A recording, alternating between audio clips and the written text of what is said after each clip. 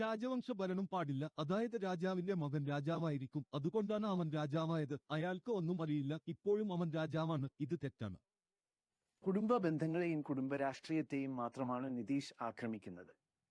അങ്ങനെ സ്വന്തം കൂട്ടാളികളിൽ പോലും പാസ്വാൻ ഉണ്ട്. നിങ്ങളും കുടുംബമാണ്. സ്വന്തം പാർട്ടിക്കും കിട്ടിയപ്പോൾ കുടുംബത്തെ ആക്രമിക്കുന്നത് ഇതാണോ ശരി? എനിക്ക് ശേഷം അച്ഛൻ മന്ത്രിയായി എന്ന് ഞാൻ നിർവചിച്ചിട്ടുണ്ട്. എന്റെ കുടുംബത്തിൽ ആരും മുഖ്യമന്ത്രിയായിട്ടില്ല, പാർട്ടി അധ്യക്ഷനായിട്ടില്ല. പാർട്ടിയുടെ തലപ്പത്ത് ഒരാളുണ്ട്, പാർട്ടിയെ തുടർച്ചയായി നയിക്കുന്നത് അദ്ദേഹമാണ്. എന്നാൽ കുടുംബം പാടില്ല എന്ന് അവൻ പറയുന്നത് നിങ്ങളെ അല്പം വേദനിപ്പിക്കുന്നുണ്ടോ? ലാലു യാദവ് എന്നെ ജയിലിലേക്ക് അയച്ചില്ലായിരുന്നുവെങ്കിൽ ഞാനൊരിക്കലും രാഷ്ട്രീയത്തിൽ പ്രവേശിക്കുമായിരുന്നില്ല.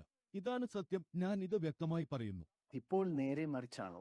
അത് അദ്ദേഹത്തിന് പ്രശ്നമല്ല. ജയിലിൽ കിടന്നാലും പുറത്തായാലും ലാലുജി പ്രശ്നമില്ല, കാരണം അദ്ദേഹത്തിന്റെ ജീവിതശൈലി ഒന്നുതന്നെയാണ്. അദ്ദേഹം തികഞ്ഞ അഴിമതിക്കാരനായ രാഷ്ട്രീയക്കാരനാണ്. കുറെ നാളായി അവനെ കണ്ടിട്ട്. അദ്ദേഹത്തെ പോലൊരു രാഷ്ട്രീയക്കാരൻ ബീഹാറിൽ ഉണ്ടാകരുത്.